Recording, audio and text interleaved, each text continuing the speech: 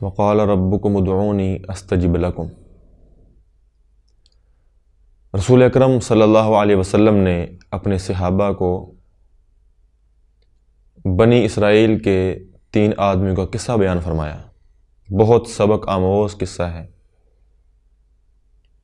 جو انسان مایوسی میں گر جاتے ہیں ان کو پر امید، پر عزم اور پر یقین کر دینے والا قصہ ہے۔ ہوتا یوں ہے کہ 3 آدمی سفر پہ جا رہے ہیں، پہاڑی راستہ ہے، نشیب و فراز ہیں، تو چلتے چلتے بارش شروع ہو جاتی ہے، طوفان شروع ہو جاتا ہے، تو اسی اثناء میں انہوں نے غار کا منہ کھلا دیکھا تو اس میں گھس گئے۔ گھسے ہی تھے کہ پہاڑ کے اوپر سے ایک بڑا پتھر لڑکتا ہوا آیا اور غار کے دہانے پہ آ گرا، غار کا منہ بند ہو گیا۔ اب تینوں پریشان ہو گئے کہ آسمان سے گرا کھجور میں اٹکا، کہ طوفان سے بچنے کے لیے غار میں آئے، اب غار کا دہانہ ہی بند ہو گیا۔ تدبیریں سوچی جانے لگیں کہ اب کیا کیا جائے، تو ذہن میں یہ بات آئی کہ اپنی کسی نیکی کا واسطہ دے کر اللہ رب العزت سے دعائیں کی جائیں۔ تو خیر تینوں نے اپنا اپنا نیک عمل پیش کیا۔ ان میں سے ایک آدمی نے اپنا عمل پیش کیا کہ اللہ تو جانتا ہے کہ ایک بار میں نے ایک غریب سے مزدوری کروائی تھی، مزدوری طے ہو چکی تھی، اجرت طے ہو چکی تھی۔ جب شام کا وقت ہوا، مزدوری کا وقت ختم ہوا، میں اس کو مزدوری دینے گیا، مزدوری لینے مجھ سے آیا، میں نے مزدوری دی، اس نے کہا کہ کام بہت زیادہ تھا، اجرت بہت کم ہے، کہ تھوڑے سے چاول تھے۔ تو میں نے کہا کہ بھائی میری تیری یہ مزدوری طے ہوئی تھی۔ اس نے کہا کہ تم رکھو اپنے چاول، میں نہیں لیتا، اللہ تجھے معلوم ہے کہ وہ چلا گیا تھا، لیکن میں نے اس کی اس مزدوری میں ملنے والے جو چاول تھے میں نے ان کو استعمال نہیں کیا، میں نے ان کو ضائع نہیں کیا، اللہ میں نے ان کو بڑھایا، میں نے ان کو بویا، فصل نکلی، بکریاں بنی، گائیں بنی، ایک بڑا ریوڑ بن گیا، چرواہے بھی مل گئے۔ اللہ کچھ دیر بعد وہ مزدور پھر میرے دروازے پہ آیا، کہا کہ وہ تھوڑے سے چاول ہی دے دو جو مزدوری میں بنتے تھے۔ اللہ میں نے اسے اشارہ کر کے کہا تھا کہ یہ جو مال سارا کھڑا ہے، یہ جو جانور کھڑے ہیں، جو مویشی کھڑے ہیں، یہ جو چرواہے کھڑے ہیں، سب کا سب تیرا ہے۔ اس نے کہا مذاق کیوں کرتے ہو؟ میں نے کہا مذاق نہیں، میں نے حقیقت اس کے سامنے کھول کے رکھ دی کہ سب تیرے چاولوں کی، تیری اس مزدوری کی برکت ہے، یہ سب اسی کی پیداوار ہے۔ اللہ اگر میں نے یہ عمل تیری رضا کے لیے کیا تھا تو اس پتھر کو غار کے منہ سے پیچھے کر دے۔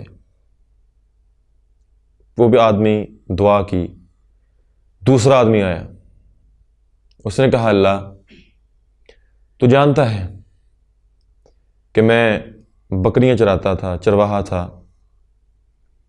ایک بار میں بکریوں کو لے کر بہت دور نکل گیا، رات ہو گئی، جب گھر میں آیا تو بچے منتظر تھے، تو اللہ میں نے بکریوں کا دودھ نکالا، میرے بچے مجھ سے مانگتے رہے، اللہ وہ میرے قدموں میں گر گئے، روتے رہے کہ ہمیں دے دیجئے، بھوک پیاس، لیکن اللہ تو جانتا ہے کہ میں ساری رات دودھ کا بڑا پیالہ لے کر اپنی والدہ کے سرہانے کھڑا رہا تھا۔ اللہ ماں سوئی تھی، اگر جگاتا تو آرام میں خلل آتا، یہ سوچ کے کھڑا رہا کہ رات کے کسی پہر ہو سکتا ہے کہ ماں کو جاگ آ جائے۔ اللہ ساری رات ماں کے پاس کھڑا رہا تھا، اللہ اگر یہ عمل تجھے پسند ہے، تیری رضا کے لیے تھا، تو اس مصیبت سے ہمیں نجات دے دے۔ تیسرا آدمی آیا، اس نے کہا کہ اللہ تو جانتا ہے میں ایک عورت سے، اپنی چچا زاد سے کتنی محبت کرتا تھا، اتنی محبت کرتا تھا کہ جتنی محبت ایک مرد کسی عورت کو دے سکتا ہے۔ اللہ میں نے اسے برائی کے لیے کہا، اس نے کہا کہ میرا کچھ مطالبہ ہے، کچھ رقم چاہیے۔ میں نے وہ رقم جیسے تیسے اس کو جمع کر کے دی، لیکن جب اس کے پاس گیا تو اس نے تیرا خوف دلایا، اس نے میرے دل کی تاریکیوں کو اجالوں میں بدل دیا، تیری موجودگی کا احساس دلایا۔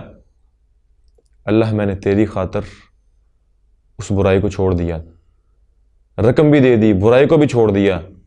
اللہ اگر یہ عمل تیری رضا کے لیے تھا، تیری خوشنودی کے لیے تھا، اللہ یہ بلا ہم سے ٹال دے۔